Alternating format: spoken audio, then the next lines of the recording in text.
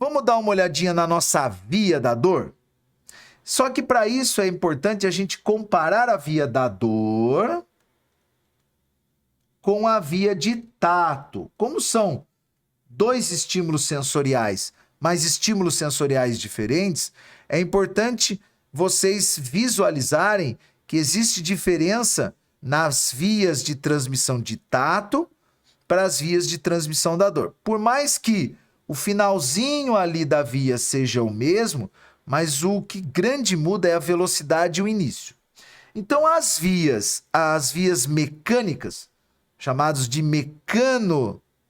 captados por mecanoceptores, a alfa, a beta ou às vezes até alguns a delta, observem que inicialmente eles vão entrar lá também pela raiz dorsal, passar ali pelo gânglio, porém lá na coluna dorsal, eles não terminam ali no início ali,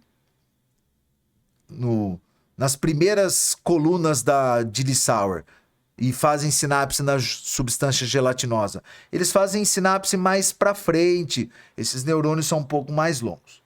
E aí, via de regra, eles sobem ali pelo funículo posterior, pela coluna dorsal ali, do mesmo lado, do lado ipsilateral. E aí, quando chega lá no tronco cefálico, eles terminam, fazem sinapse com o segundo neurônio, e esse segundo neurônio é o que decursa, é o que troca de lado. E aí eles adentram a região do chamado leminisco medial, do lado contralateral. Sobem em direção ao tálamo e do tálamo em direção às suas regiões corticais, como já vimos no nosso módulo de sensibilização, de sensitivo. Isso é a via clássica dos estímulos táteis, tato epicrítico, tato protopático, propriocepção. A via da dor, vocês vão ver que tem um componente bem diferente. Então vejam só, já volto aqui para a gente comparar, vejam. Então, o autor deu uma exageradinha, mas vamos imaginar que, aqui, bem lá no comecinho, lá na primeira faixa da zona de Lissauer, terminou o meu neurônio da dor. Fibras do tipo A delta, fibras do tipo C. Fez sinapse, deixa eu apagar aqui, fez sinapse com o segundo neurônio, que fica lá na substância gelatinosa, a segunda parte ali da coluna dorsal. Esse segundo neurônio foi despolarizado, ou pela substância P, que sensibilizou, ou principalmente por glutamato. E observem o que esse neurônio vai fazer, Esse segundo neurônio, ele vai decursar, ele vai trocar de lado. Então, diferente lá da via tátil, que ela sobe, esse primeiro neurônio sobe ipsilateral, agora não. Agora eu tenho o segundo neurônio da via já aparecendo lá na coluna dorsal, e esse segundo neurônio, ou neurônio de segunda ordem, decursa, vai para o lado oposto, para o lado contralateral, para a região de substância branca, que é a região lateral, o funículo lateral. E a partir de agora, esse neurônio ascende para áreas superiores. Então, a região da medula, onde o meu neurônio transita, é pelo funículo lateral. Então, nós vamos chamar esse neurônio, esse segundo neurônio, que é o neurônio que dá nome à via, de trato, porque é um neurônio só, espino. Esse segundo neurônio começou na medula espinal, substância gelatinosa, coluna dorsal. Sobe em direção ao tálamo, vocês vão ver que ele vai finalizar do tálamo. Só que ele subiu por qual região de substância branca da medula? Por qual funículo? Pelo funículo lateral. Então nós temos aí a principal via de transmissão de dor, que é a via espinotalâmica, que é o trato espinotalâmico lateral. As fibras espinotalâmicas laterais. E que já nesse momento, como já houve o cruzamento, quem vai interpretar, desculpem, esta informação, quem vai receber esse segundo neurônio é núcleos do tálamo do lado oposto que eu captei esta informação, do lado contralateral que eu captei essa informação. E também a interpretação cortical também vai ser feita no córtex contralateral, do lado oposto, tá bom? Então observem aqui, ó, esse segundo neurônio, quando chega aqui na região do bulbo, quando chega ali em regiões mais superiores, ele sobe pela região do leminisco medial. Mas o leminisco medial é a mesma região que sobe as vias de tato, propriocepção? Sim, mas é bom destacar que os axônios são distintos, tá? Os axônios da via do leminisco medial, que está trazendo as informações de tato e propriocepção, transitam separado das vias espinotalâmicas, que são as vias de dor, hein? Por mais que eles transitem pelo mesmo leminisco medial para chegar ao tálamo, as informações transitam separadamente. Os axônios, atenção, transitam de maneira separada. Mas e se essa informação de dor vier de regiões da cabeça, não transitar pela medula espinal? Qual seria essa via? Então, esta via é a nossa via trigeminal.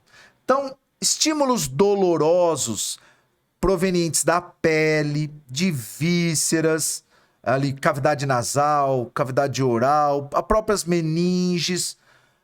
Como que essas vias de dor dessas regiões da cabeça são transmitidas? Então, observem que a única diferença agora é que não existe a via espinotalâmica, porque essa informação não passa pela medula espinal. Então, o que nós temos é as vias trigeminais. São as regiões, principalmente as regiões trigeminais. Então, o primeiro neurônio, aquele que está ligado no nociceptor, aquela terminação nervosa livre, é um neurônio trigeminal, porque ele faz parte da via trigeminal.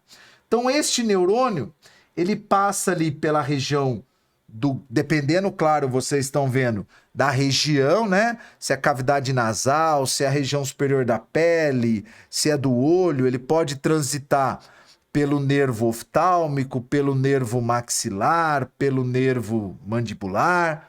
Se ficou alguma dúvida, gente, no nosso curso de anatomia, nós temos os nervos cranianos. Então, lá nos nervos cranianos, a gente detalha as divisões ali, os nervos oftálmico, maxilar e mandibular, e que aí você tem uma base melhor. Então, se ficou alguma dúvida, aconselho no nosso curso de anatomia, no nosso módulo de nervos cranianos, o nervo trigê. Então, esse primeiro neurônio, o neurônio de segunda ordem, ó, ele passa pelo gânglio trigeminal e termina o corpo celular dele, olha lá, desse primeiro neurônio. O do nociceptor está lá no gânglio trigeminal.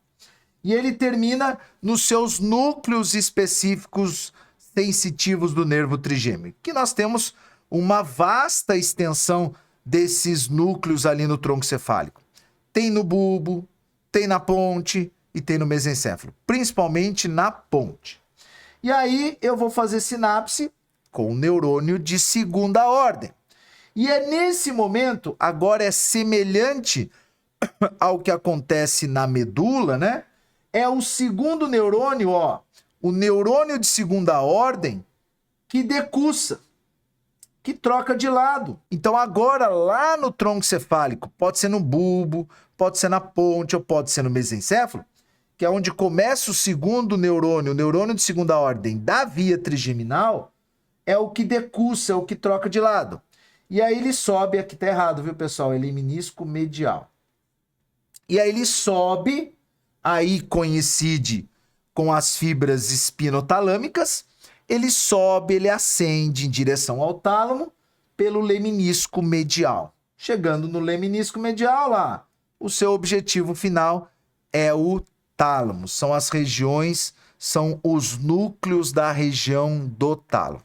Então, a única diferença é justamente esta captação ali do neurônio de primeira ordem, que é via trigeminal, a sinapse que ele fará ali na região do tronco cefálico, porém, naquele momento, ele ascende, sobe também pelo leminisco medial e termina lá nas regiões dos núcleos do tálamo. Só que, pessoal, tem um detalhezinho importante, que é uma pequena diferença em relação às chamadas vias de dor lenta e as chamadas vias de dor crônica, na sua ascendência, quando ela passa por regiões do tronco cefálico e também do diencéfalo. Quando nós temos as vias de dor rápida, que são aquelas que foram ativadas pelas terminações nervosas do tipo A delta, observou-se que os neurônios de segunda ordem da via espinotalâmica, eles passavam direto por regiões do tronco cefálico, subiam pelo leminisco medial e terminavam direto nas regiões do tálamo, em núcleos do tálamo.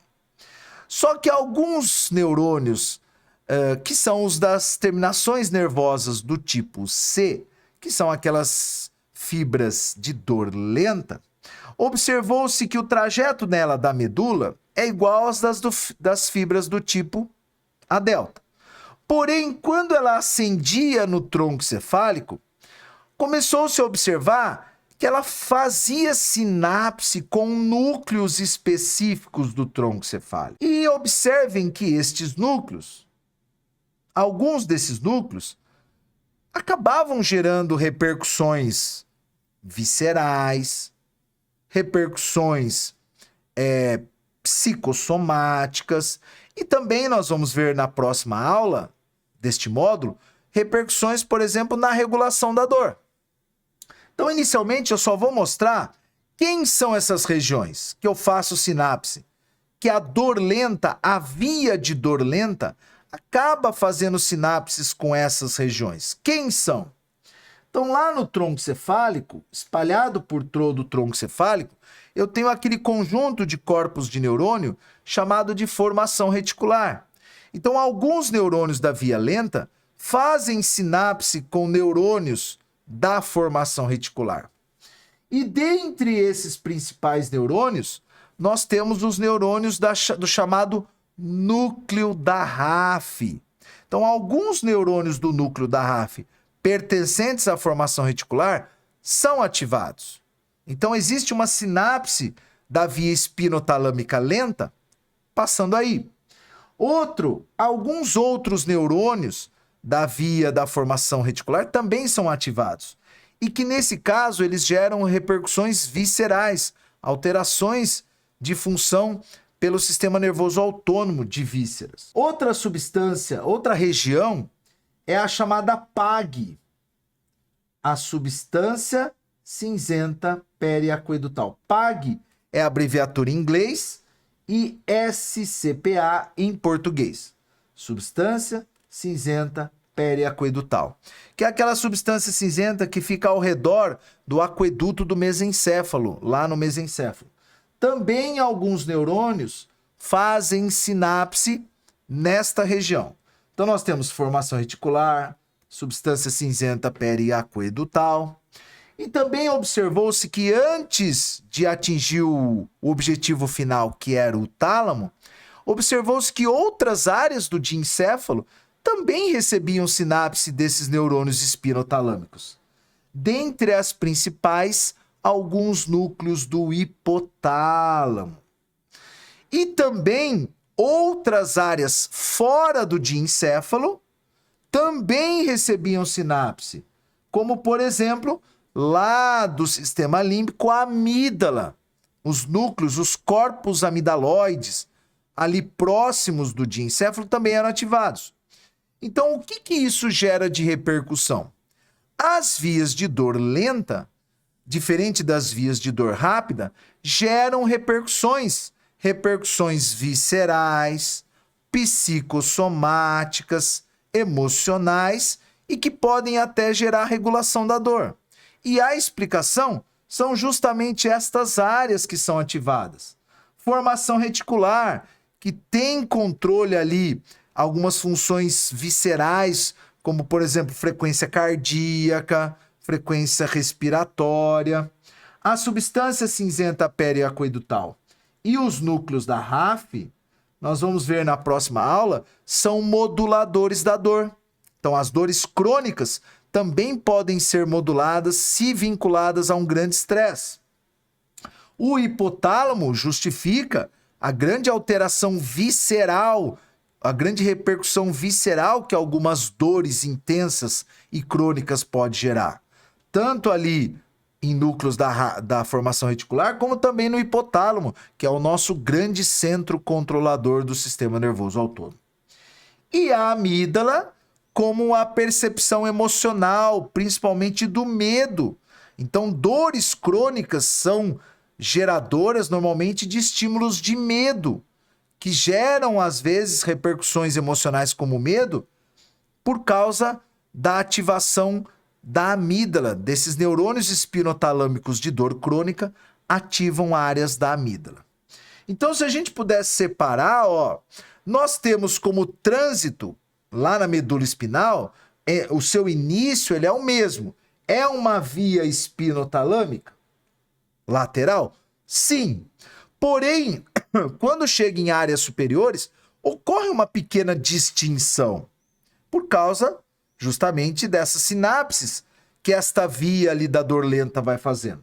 Então nós temos como a via da dor lenta, ela gera reflexos neurovegetativos, que é o do autônomo, tem o componente emocional, nós vimos que uma das explicações é pela ativação da amígdala. Já na dor rápida, eu não tenho esse tipo de sinapse. Então, a única coisa que eu gero é aquele reflexo de retirada, como um reflexo de proteção. Ela é bem mais localizada, ela é bem mais pontual. Já a dor crônica, não. Ela é aquela dor mais difusa, que eu tenho dificuldade em localizar. A dor lenta, aqueles neurônios do tipo A delta, nós vimos que ele libera só glutamato como seu neurotransmissor. A da dor lenta, não. Ela libera glutamato, que é o principal excitador, só que ela também libera a substância P, que potencializa, que prolonga o efeito. Por isso que a dor ela é mais prolongada, ela é mais contínua, porque a substância P ela aumenta a sensibilidade ali, a despolarização do segundo neurônio.